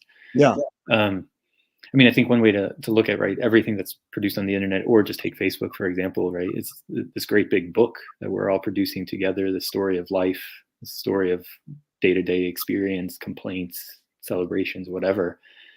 Um, uh, this collective experiment, I guess, in some way we'll see whether for good or ill. All these things that are being written, and I'm sure are influencing artists piecemeal. Like people yeah, are getting things out of what's posted, and it gets woven into song or novel, whatever. Um, but I guess I'm wondering whether one could reach some sort of state of consciousness or unconsciousness to kind of zoom out and see the big picture there, like what is being represented, what's coming out of all these posts and ideas on the internet, that's intentional or not, the patterns that are emerging, how this is representing humanity in this particular moment, and what it'll mean going forward. I don't know if this gets to your question. No, let me ask you, because what I'm saying is, if we take science as technology as conscious, then Facebook is the form, and then we take the other end, humanity's art consciousness is the content. So it's what is shaping us, that Facebook of typing and going through that ritual and looking how many, likes, and then the content is, what people go for. They how many hits did you get, or did you, oh, look at this, thing, look at this picture. And so it's T.S. Eliot. McLuhan loved this, the watchdog of your mind, that when the robber comes to rob your house, he takes a juicy steak, and then the watchdog comes out and growls, and you just give the meat to the dog, and the dog runs off, and then you can commit your crime. And what we're doing is we go for the juicy meat, which is the content. That's the watchdog of your mind. We don't really know what the form is doing, and what you said, I think, is how it's shaping our behavior. Right. Yeah. And then that gets reflected out too, afterward, creatively or just day to day. Yeah. Because are all these guys you studied in your book, are they more so realizing that the form of the novel is doing something as important as the content that they're putting in their novel? Because that's what I think Joyce is doing in The Wake. But I was curious, is that one of the main things you're trying to communicate in your book, that these guys knew form was important? Yeah, I think so. Both implicitly and explicitly, and definitely in turning to Joyce as a model, and someone who broke the novel and transformed it. Yeah. I would say in terms of kind of the flashier and formal experimentation, definitely later on, further along we go in the 20th century, in the examples I have in this book, and in general, obviously, we see that more. But even the earlier ones, Alyosha and Nabokov, are interested in the novel and what it can do as a form to transform consciousness or understanding, present the world in a new light, reflect the kind of complexities and contradictions and paradoxes that we have in life, but maybe don't accept or see sometimes. Yeah. That's the hidden psychic effects. That's the main thing McLuhan learned from Finnegan's Wake, is that there's these hidden psychic effects to reading a book. And we don't understand it. We just get absorbed in reading the book. And we don't realize we're reading a book. And that's what's so, there's $100 Beatles book where John Lennon says in this book, when I read Finnegan's Wake, it felt as though I was talking to a friend. Then the same thing, and this is spooky coincidence or not, who knows, Holden Caulfield says the same thing in Salinger's Catcher in the Rye.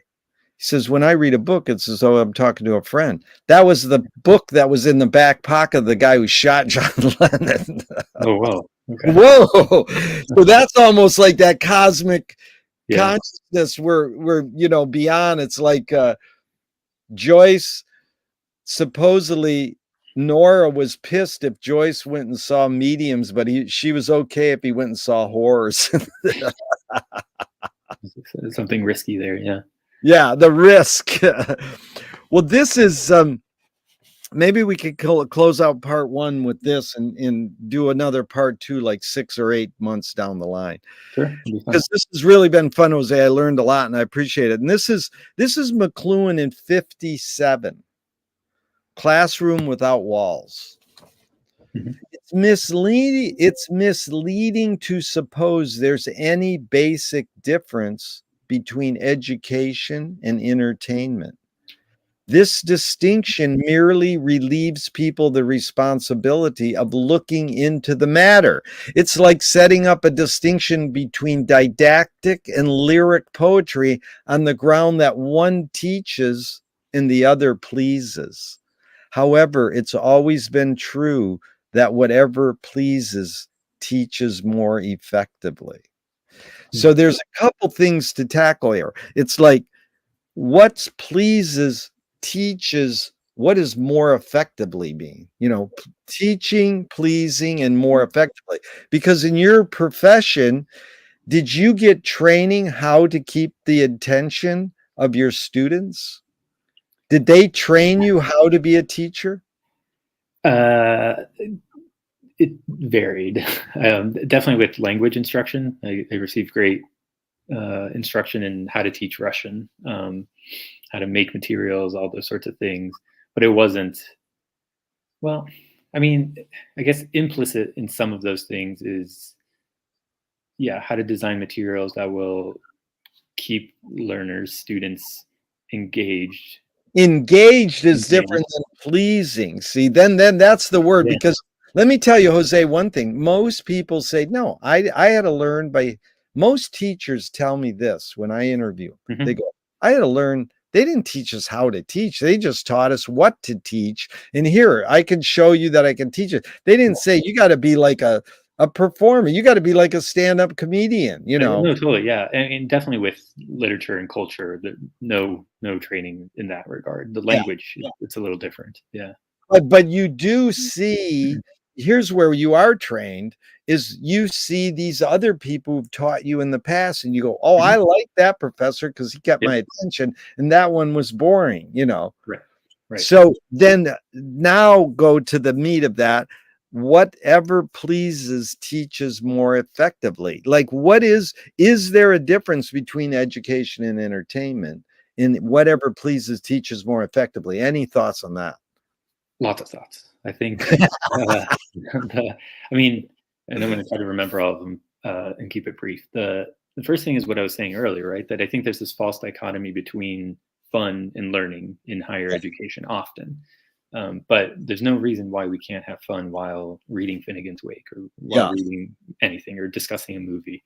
Um, it's worth that. I guess a fear is that I don't want education to be dismissed as entertainment, or that the dichotomy kind of swing in the opposite direction and have someone think that I'm saying or someone else is saying that uh, education is frivolous, or learning or reading is frivolous. Like, it can be. We can just read to read, and that's fine. But I think it's worth engaging deeply with materials, text, films, whatever, um, in various ways.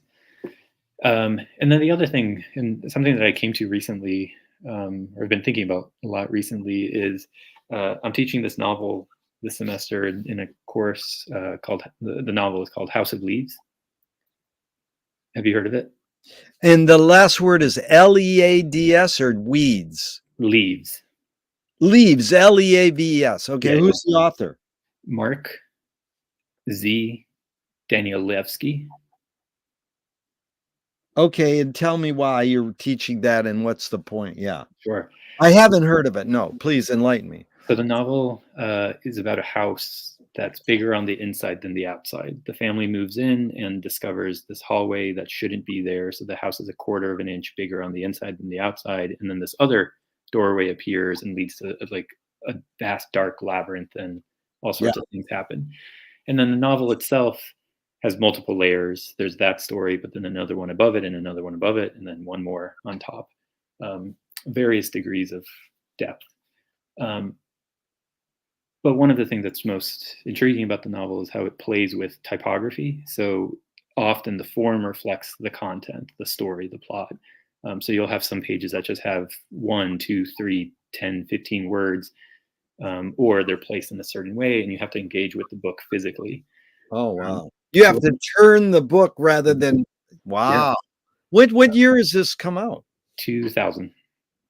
And is it a known big book or? Yeah, it definitely has a cult following, Yeah. and yeah, he's pretty well known.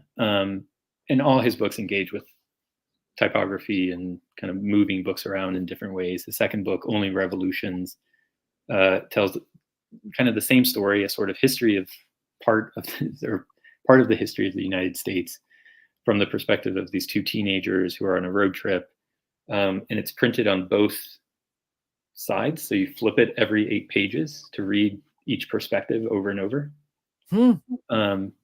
So what I tell my students, and I'll get to my point, is that definitely House of Leaves, and I think the other books as well, require kind of the intellectual engagement, the emotional engagement, investment in the story, which I think expect from most literature.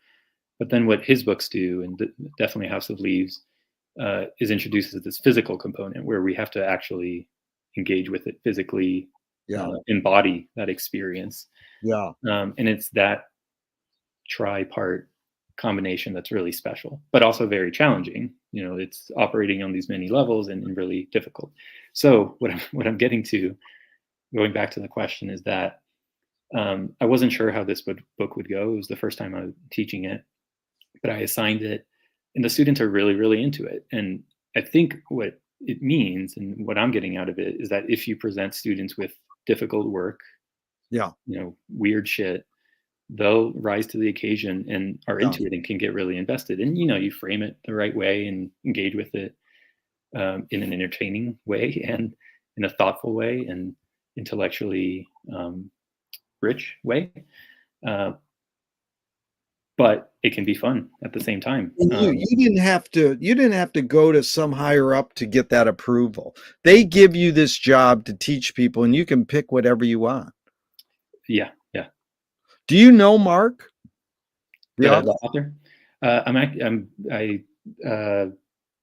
put together some funds and bringing him out for some events on campus after we finish the novel in a couple of weeks, actually. Oh, how cool. Yeah, I definitely want to have him on my podcast. So let me hook me up if you can.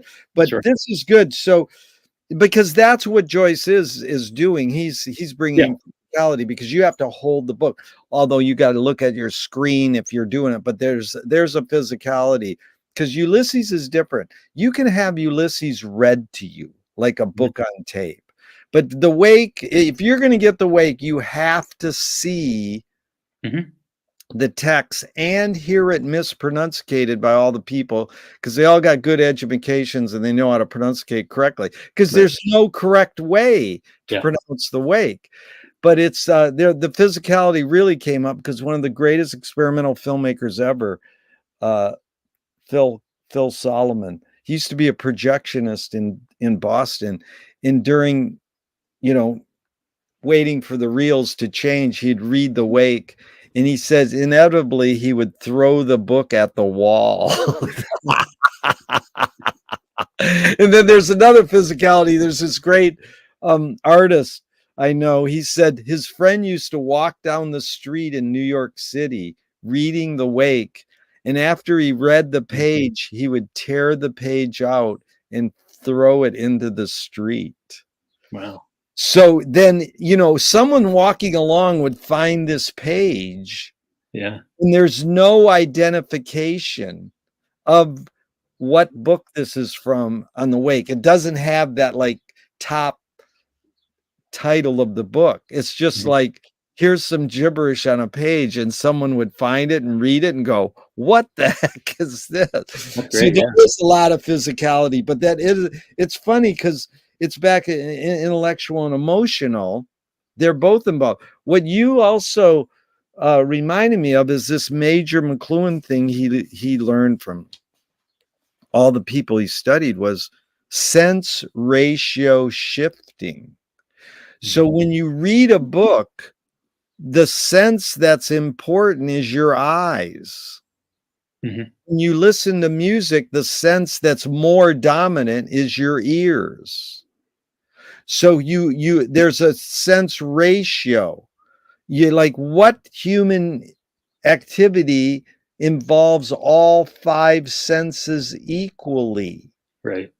And so then how do you shift that?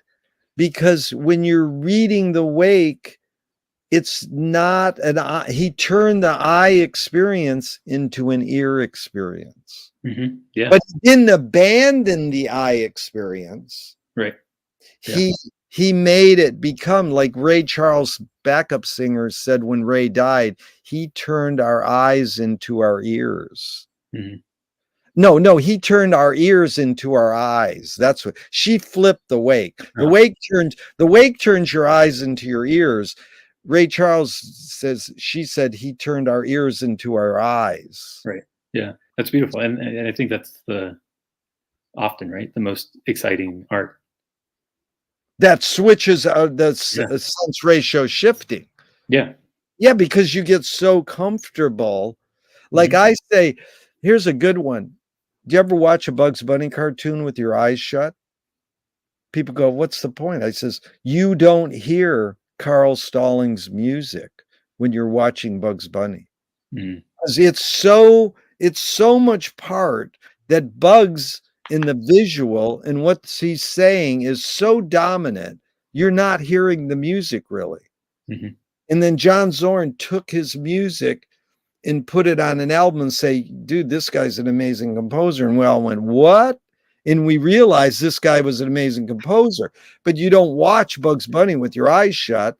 Right. And when you do, you'll go, oh, now I can hear the music. That's Salvador Dali says, watch movies with your eyes shut. Yeah. It depends on the movie, yeah, whether it's worth it. There, yeah. To sleep. Yeah, I mean, one more quick thing that I was reminded of too. I don't know if you've tried this. I'm sure other people have with the wake group. What we were doing for a while was having two people. You know, when we read at the beginning before discussing it, we would have two people read at the same time. And on Zoom, I think we would have them turn off their sound as well, so they couldn't hear what the other one was saying. But this way, we would get, at least two, and often different pronunciations and different rhythms and different rates of or speed. Speed. Wait, did you make that up, Jose? Or did someone suggest that? Maybe I stole it unconsciously, subconsciously, but yeah, I proposed it. Have you attended other wake reading groups before you started your own? Yeah. And whose did you attend? The one in Zurich with Fritz Sen, when the summer I was there. In person. That wasn't his online thing. That was in person. Yeah. So that's it. You went to his and then you started your own. Yeah. That's pretty good. I've never heard of that. Yeah. Reading too. I've done it as a choral thing where everybody reads at the same time. Yeah. I like this thing too. I've never tried that. That's amazing. Because it worked well, especially on Zoom, because the other person couldn't hear the other. There's a kind of distance between the two, but they were doing it together. And it allows everyone else to really experience the difference that the text is constantly generating in a way that, like you were saying, just reading by yourself, you're not going to. Yeah. How many pages do you do a meeting? Usually one. And so how many lines did the person read a third of the page, or did the two people read the entire page at the same time? The same time. Yeah. The entire page, two different people read. Not in person, online with their mic turned. No, not their mic turned off. Their sound turned off. Yeah. Yeah. Wow, what an experiment! I've never heard of that. Yeah. Yeah, that's where you think Joyce is up in heaven and he's just laughing, like going, these people are fucking nuts. I scored. Like he's like going, yeah, I think I did pretty good. Yeah. It takes one to know one. So takes one to know one. If you could ask Joyce one question, what would you ask him? Who's Macintosh? Who's the man in the brown Macintosh? Oh, yeah. You got to know it. Well, what's your hunch? I think it's just a joke. I think he's messing with us. Maybe there's something else, but I think Yeah. it's that. Do you know what Nabokov said about Macintosh? Tell me. He, in his lectures on Ulysses, he has this whole thing, and he kind of leads up to it. You can tell he's so excited and he is giddy and really wants to share this with his students. And then eventually the lectures were published. So he says, "I know who it is. It's Joyce," and he's peeking out behind at the reader. So he makes up this whole, well, his claim, right? His theory is that it's Joyce. That Joyce has embedded himself in the text. Yeah. Which, it could be possible, but I don't think the evidence supports it. And it's definitely something that Nabokov does himself in many of his works. He has these authorial figures that appear. So it's, I think, related to some of the things we were talking about earlier, this way that the reader, Nabokov in this case, is just projecting himself, and projecting his priorities, maybe his issues, onto someone else's text, and in claiming that Joyce is Macintosh. Yeah. Yeah, that's interesting. You teach creative writing, you go, write what you know, or you go make shit up. Yeah. Because that's what the creative process is. But is it wrong to say Nabokov, or is it just that it's pronounced two different ways? So the standard Russian is Nabokov, the stress on the O in the middle. Yeah. But Americanized often Nabokov. Yeah. And you don't go, you're saying it wrong. Is there an attitude you're supposed to correct people, or I choose not to. It's okay.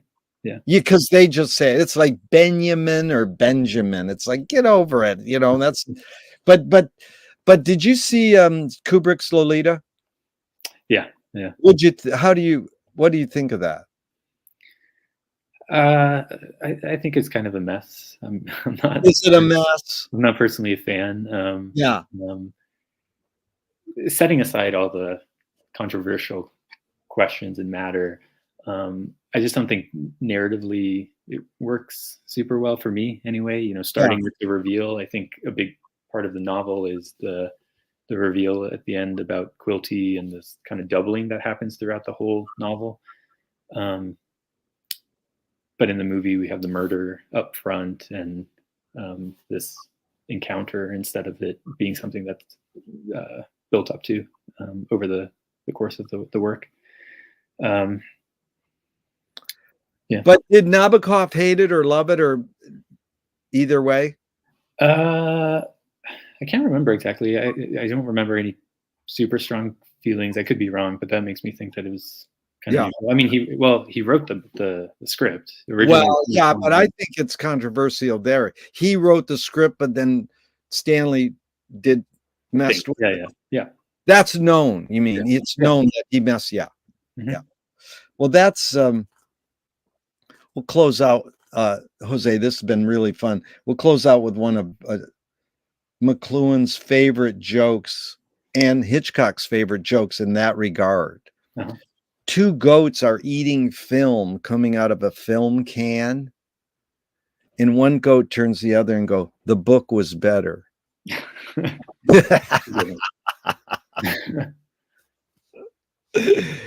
Thank you so much, man. You are a smart human being and you're articulate. That's what I like, and concise. But it seems as though you're still like one of my friends says, you're still vague sometimes. And that's the experimental in you. Like, you can't nail anything down, but you want to. Yeah. And that's what words do to us, right? Words make us kind of nail things down. But since everything's in flux, just go along with it and have fun. But at the same time, you got a wife and kids, you got to make money. So why not get paid to do it? Yeah, I'll take that. Yeah. Thank you, Jose. I'm going to hit the end broadcast. I hope this never ends. We keep talking forever and ever, and I'll send you some dates to book a part 2. Perfect. Sounds good. Thank you. See you. Thanks.